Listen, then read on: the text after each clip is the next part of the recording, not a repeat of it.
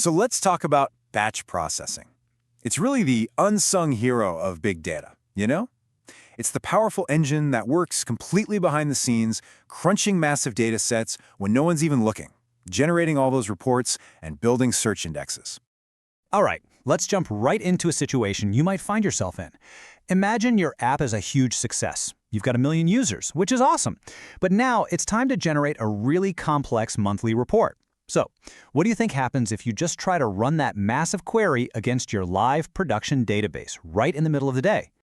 You guessed it, it's a total disaster. Your online systems, which are built for speed and handling one user request at a time, they just can't handle it. The database completely seizes up, your active users just see that spinning wheel of death, and the whole thing just grinds to a halt. Okay, but thankfully, there's a much better way to do this kind of heavy lifting. And to really get it, we're not going to start in a data center with servers and cables. Nope. We're going to start in a busy restaurant kitchen. And this brings us to this really core idea, the huge difference between systems that serve users live, we call those online systems, and the systems that do all the heavy work offline, which is batch processing. The best way to think about it? The prep cook versus the line cook. So an online system is your line cook. A customer walks in, they order a burger, and that burger has to be made right now. The time it takes to get that burger to that one customer, that's latency. And it is everything. But batch processing, that's the prep cook. They come in when the restaurant's closed. They're not worried about a waiting customer. Their job is to chop 500 onions for the next day. For them, it's all about throughput. How many onions can they get through in an hour? Not how fast they chop just one. Okay, so that's the concept. Now let's look at what this actually looks like in code. This Python function here is a perfect, super simple example of a batch job. And notice the clear structure. First, you've got the read phase. It opens the input file, chews through it from beginning to end, and loads everything up. Then, only after all of that is done, it moves to the write phase, where it creates a brand new output file with all the results. Now, this whole read, process, write pattern points to 3 key principles of batch processing.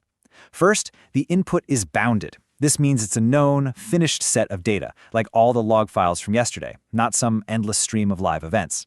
Second, the process creates totally new data. And this leads to the third and honestly most important point.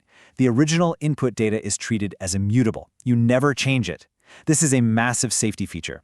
If the job fails halfway through, no problem. You just delete the broken output and run the whole thing again on that perfect, untouched original input. So the theory sounds great, right? It's simple, it's safe, but now let's switch gears and put on our senior engineer hat. What are the real-world trade-offs you have to think about when you actually try to run this in a production system? Well, first up, silent failures. Since there's no user sitting there waiting for a response, a job can totally crash at 2 a.m. and nobody will have a clue until your boss comes in asking why the 9 a.m. report is missing. This means your monitoring and alerting has to be rock solid. Second, the data is always stale, and that's by design. This is for reports, not for real-time stuff like recommendations. And this actually connects beautifully to bigger architectural patterns like CQRS. That's a fancy term, but all it really means is you separate the systems for writing data from the systems for reading data. Batch jobs are absolutely perfect for building out those pre-computed, optimized read models. Okay, so that Python script is one way to build a batch job.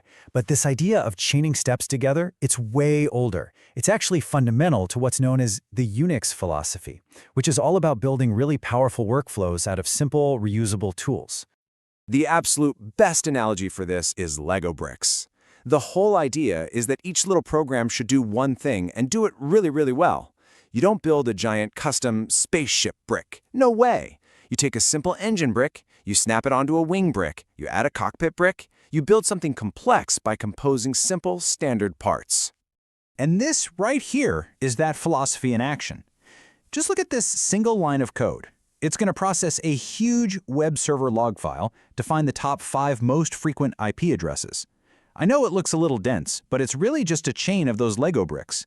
Each command, cat, awk, sort, is a simple, specialized tool. And that little vertical bar, the pipe symbol, that's the magic. It's like a conveyor belt, feeding the output from one tool straight into the input of the next.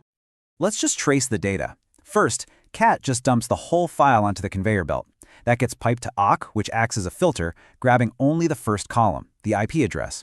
Then that stream of IPs goes to sort, which lines up all the identical addresses next to each other. Then unique minus C comes along and counts up each group. And finally, another sort and head just rank them to give us the top 5. It's a whole data pipeline in one beautiful line. This is just an incredibly powerful way to work. But this is where the senior engineer comes and taps you on the shoulder. For quick analysis on your own computer, this is amazing. It's fast, it's flexible. But the second your log file gets bigger than the memory or even the disk on your single machine, that sort command is just going to fall over and die. This whole approach hits a hard wall. It just doesn't scale beyond one computer. So the big question is, how do you take that beautiful Unix philosophy and apply it to a dataset that's terabytes or even petabytes in size? How do you run that pipe, not on one server, but across 1,000 of them? Well, this is the exact problem that MapReduce, which came out of Google, was built to solve. The classic way to explain MapReduce is to think about taking a national census. First, in what's called the map step, you send thousands of volunteers out. Each one gets a single village, and their job is simple: just count the people there. It's a small, independent task they can do on their own. Then comes the shuffle step. All those clipboards get sent back to a central office where they're sorted into big piles, one for each state. Finally, in the reduce step, you have one specialist for each state who takes their pile, adds up all the village counts, and gets the final state total. And this diagram here shows that flow perfectly. You see on the far left, your massive input data gets split into smaller partitions. Each one of those is fed to a mapper task, which does its little bit of work. But then the framework handles the most important part, that shuffle and sort in the middle. It gathers all the results from the mappers and guarantees that all the data for the same key, like California in our census analogy, ends up at the exact same rudder juicer for that final calculation. Okay, time for the senior-level reality check again. This distributed model is powerful, but it creates a whole new kind of problem. The most famous one is called data skew, or the hot key problem. Imagine you're counting hashtag mentions on social media. The key for hashtag coffee might have 1 billion entries, right? But the shuffle sends all of that data to a single reducer. That one machine is going to get totally slammed and take forever, while hundreds of other reducers finish their tiny tasks and just sit there doing nothing. And here's the kicker: the entire job is only as fast as its slowest single task. Now, the original MapReduce was designed to be incredibly fault-tolerant, but it was also pretty slow. It did this by writing all of its intermediate data to disk between every single step. Think of it like printing out and filing every single email reply in a long conversation. It's super safe, but it's slow. Modern systems like Apache Spark evolved from this. They try to keep everything in memory between steps, which is way faster. It's more like keeping a long email chain open in your inbox and only saving it at the very end. It's blazing fast, but if your computer crashes mid-conversation, recovery can be a little more complicated. So, let's tie this all together. We've gone from kitchens to command lines to huge clusters, but it really boils down to 3 big ideas. First, batch processing is your go-to for heavy lifting, offline jobs where throughput is king. Second, that Unix philosophy of composing small, single-purpose tools, that is a timeless pattern for building data pipelines. And finally, MapReduce and all the things that came after it, that's how we take that philosophy and scale it up across a whole cluster to handle data that's just too big for any one machine. Look, the specific tools are always going to change. We've gone from shell scripts to MapReduce to Spark and who knows what's next. But the fundamental principles, bounded inputs, immutable data, breaking problems down into composable steps, those don't change. The real engineering challenge today isn't just writing the code to process the data, it's planning the flow of that data. So the question I want to leave you with is, when you look at the systems you build every day, what's the next simple, reusable Lego brick that you could create?